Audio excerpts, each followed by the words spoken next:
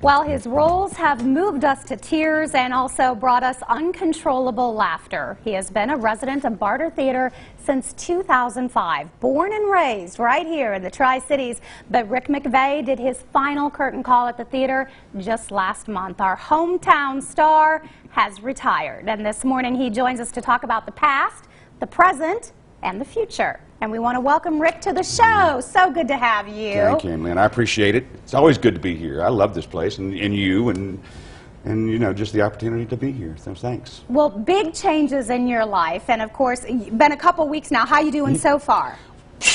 You know, I haven't gone back to work yet. That's good. Well, you know, we'll see. You know, we were talking about leaving Barter and just the family environment, and you've been there for so long.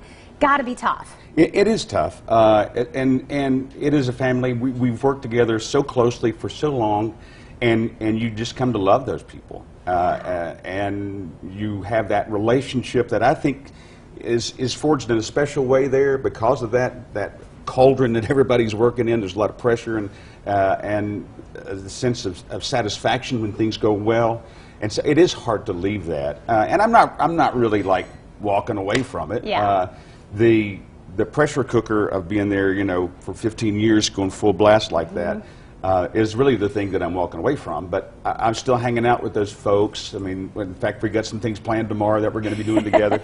I'll be going back and actually doing a little bit of work in a couple of weeks. We have the Appalachian Festival of Plays and Playwrights coming up, and I'll be one of the readers for that. So, and you know, who knows? Maybe sometime down the road something will come up, and I'll go back and do a show sometime. Well, that's music to my ears, and I'm sure a lot of our viewers. Let's talk about that final night, December 29th. Of course, you were in White Christmas, the General, and kind of a fitting role, too, as you were retiring. And it was very tough to do because of that. Some of the things that the General was saying were things that I felt, things that I could relate to very much about, you know, a retired general. And one of the things that the General says in his speech, though, is a soldier doesn't look back. You know, he looks forward and he moves ahead. And plus, they sing this song, "We'll Follow the Old Man Wherever He Wants to Go." And on stage, I knew that the guys up there were doing it, but I found out afterwards that the entire cast and crew were backstage singing it as well. It was emotional. It was tough, but it was also very gratifying. Because that love that we're talking about really came through and made me feel very special. And I can't thank those folks enough. Hannah Ingram and my wife, Bunny, put together this party afterwards I had no idea about. And they had contacted people that I had worked with 15 years ago. Wow. And over the years, and had them send in cards to me. You know? And so they brought me this big bag of cards and letters. It was just special. You said you're still going through it. Oh, I'm still going through them. Yeah. Well, I'll start looking through some of the cards, and then some of them will make me cry, and some of them make me laugh, and then I said, that's enough. You know, I got to wait a little while and pick up some more. So. We have a picture from that final night. This is your last bow at Barter Theatre. And just as you see this picture, the moment, describe that moment, because the audience is filled with your family and your friends. And we had a packed house that night, that's always exciting anyway. And we had done our final curtain call, and I was leaving the stage, and Paris Bradstreet, who played Martha in the show, stopped me. She said, "Wait, stop, you can't leave yet, trust me." And so then I went back out there, and Hannah brought me out the dozen roses, and they all stood back and let me take that last final bow with that full house of people. And like you say, a bunch of them were family, but I mean, there's like just a big crowd of people that made me feel very special. I just felt overwhelmed. I really did. I mean, I just felt overwhelmed. I had no real words to say other than thanks. And looking through the different roles that you have played, I mean, powerful roles that were just hilarious from all the way. Yeah, I say powerful and hilarious all together. Yeah. You know, I've been in over 100 shows there.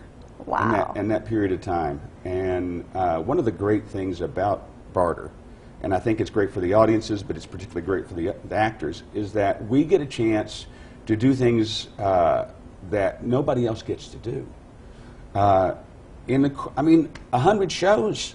There are people who work for 40 years in this business who don't do 20. Sure. And everybody at Barter's like that. We're all, I mean, usually you're in 2 shows and in rehearsal for 2 shows at the same time. And that opportunity and that experience is invaluable. If you're an actor, it's a hard job, but it's the best job in the world. Just because you get a chance to live all those different characters, yeah, and make some people laugh and make some people cry and do things that make people think. What more could you ask for as an actor?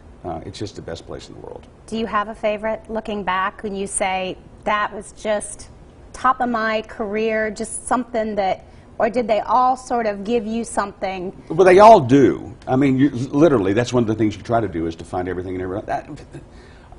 Bob Fegans and I were talking a little bit before we both came on here, and I think that when I did Robert E. Lee and Road to Appomattox, just because of trying to understand the man and trying to research the character was very gratifying.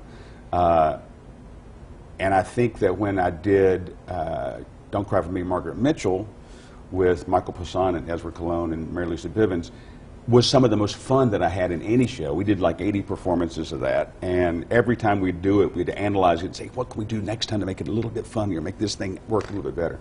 That's exciting. When we did Les Mis, oh, incredible show. That incredible. there was a lot of excitement at that, because it's essentially an opera. Yeah. And that's not something that I had done before, you know, I'd sung something. Anyway, but it's just so hard. I don't want to leave anything out, because they've all been special in their own way, and that sounds like a cliche, but it's really true. You know, you just have moments in every play that change you and hopefully change the audience.